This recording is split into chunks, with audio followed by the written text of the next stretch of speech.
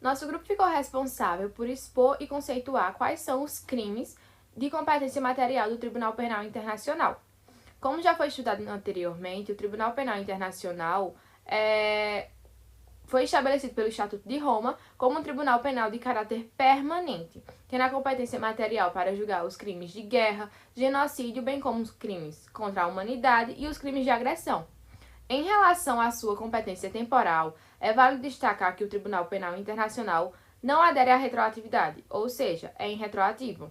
Dessa forma, a competência temporal só será contra os crimes que acontecem posteriormente ao momento que o Tribunal Penal foi estabelecido pelo Estatuto de Roma.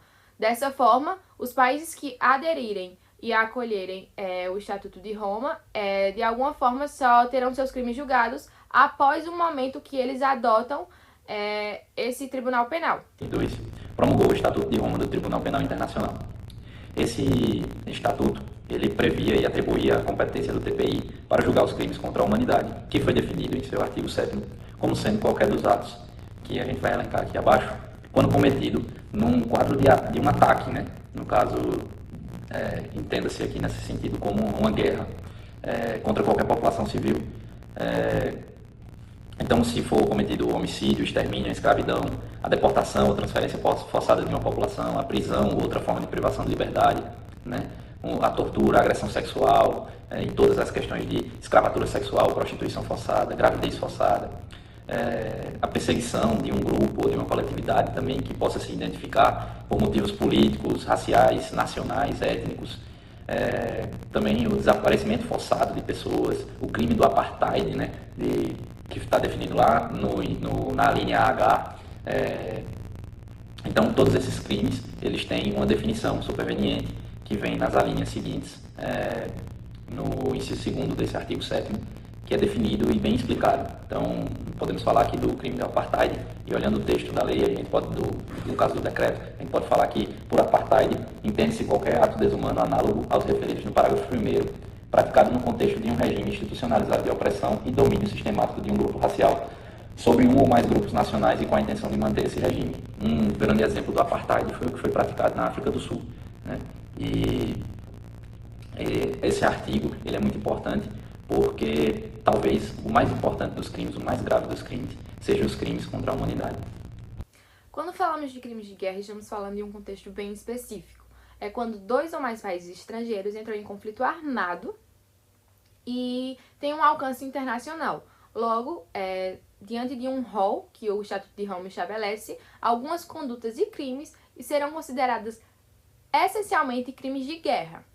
É válido ressaltar que, além do planejamento e política por trás disso, é necessário que o autor saiba que ele está inserido dentro dessas circunstâncias do conflito armado. Como eu falei anteriormente, o rol é bem exaustivo, é longo, são diversos crimes considerados crimes de guerra, então vou citar alguns bem específicos que, diante de tudo que vem ocorrendo na nossa sociedade atualmente, como o que já aconteceu, é mais conhecido por todos nós. Podemos citar, por exemplo, o homicídio doloso, a tortura, a ofensa à integridade física, quando, de alguma forma, civis que não têm nada a ver com o conflito ou bens civis são atingidos, o uso de armas com veneno, ou até o próprio veneno também é um crime de guerra, bem como tomar reféns e até mesmo quando, por exemplo, um soldado, um combatente, ele se entrega, é nítido que ele não tem nenhuma arma para se defender, que ele está ali levantando a bandeira branca e o seu combatente posterior da oposição, no caso, ele mesmo assim ele comete algum desses crimes ou qualquer que seja outra coisa, não lhe dando a chance de se defender.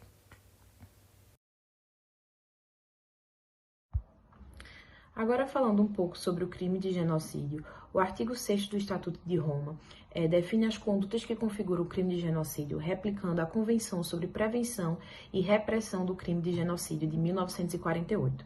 No entanto, o anexo ao Estatuto, o chamado Elementos do Crime, detalha mais sobre o elemento subjetivo da prática do genocídio, onde leva características, um padrão para que esse crime seja caracterizado. As condutas descritas no artigo 6º incluem homicídio de membros do grupo, ofensas graves à integridade física e mental de membros do grupo, sujeição intencional de membros do grupo a condições de vida que levem à destruição física, total ou parcial desse grupo, imposição de medidas para impedir o nascimento no grupo e transferências forçadas de crianças de um grupo para o outro. Essas ações devem ser praticadas com a intenção específica de destruir totalmente ou parcialmente um grupo étnico, racial, nacional ou religioso, porque tem que haver esse dolo específico, que é o que caracteriza o crime de genocídio. Com relação à doutrina, há algumas controvérsias no que diz respeito ao sujeito passivo. Fragoso, por exemplo, afirma que pode ser qualquer pessoa que integre o grupo, podendo configurar o crime, ainda que haja apenas uma vítima, desde que seja entendido que o crime foi feito de forma impessoal, ou seja, por aquela pessoa pertencer àquele determinado grupo. Em contrapartida, Laplace afirma que um ato isolado não é o suficiente para destruir uma comunidade, seja no seu todo ou em partes. Logo, acredita que deve haver uma pluralidade de vítimas. Em relação à doutrina, há algumas controvérsias no que diz respeito ao sujeito passivo. Fragoso, por exemplo, afirma que pode ser qualquer pessoa que integre o grupo, podendo configurar o crime, ainda que haja apenas uma vítima, desde que seja entendido que o crime foi feito de forma impessoal, ou seja, por aquela pessoa pertencer àquele determinado grupo. Em contrapartida, Laplace afirma que um ato isolado não é o suficiente para destruir uma comunidade, seja no seu todo ou em partes.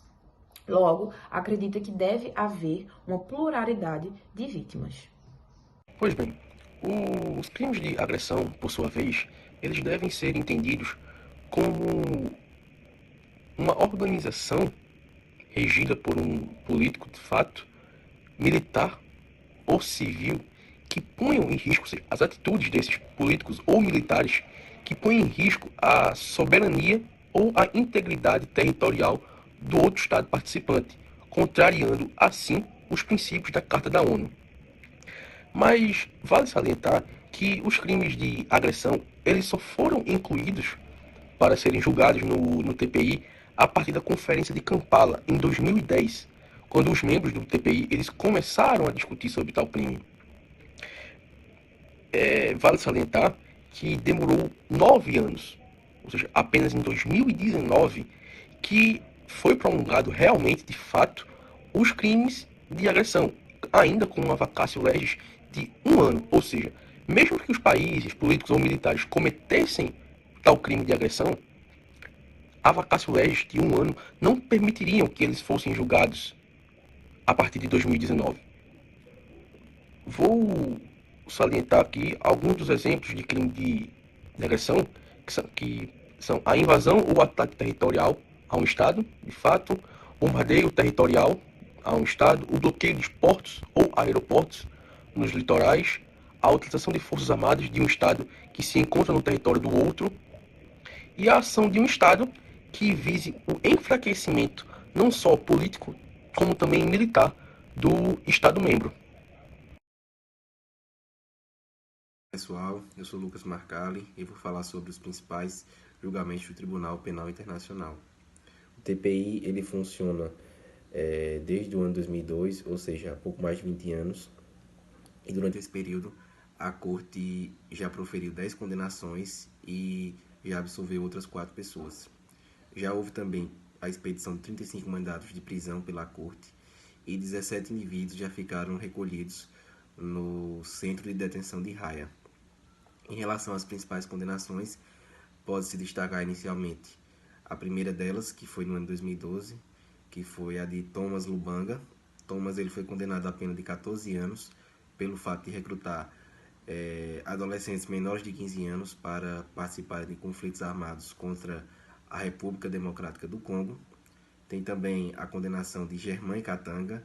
Ele foi condenado à pena de 14 anos por ser líder de um ataque que destruiu uma comunidade também na República do Congo. E também destacar a condenação de Bosco Ntaganda. Bosco ele foi condenado à pena de 30 anos, que é a pena máxima, pelo fato de ter cometido crimes contra a humanidade e crimes de guerra, dentre os quais posso destacar vários homicídios e também a prática de vários estupros.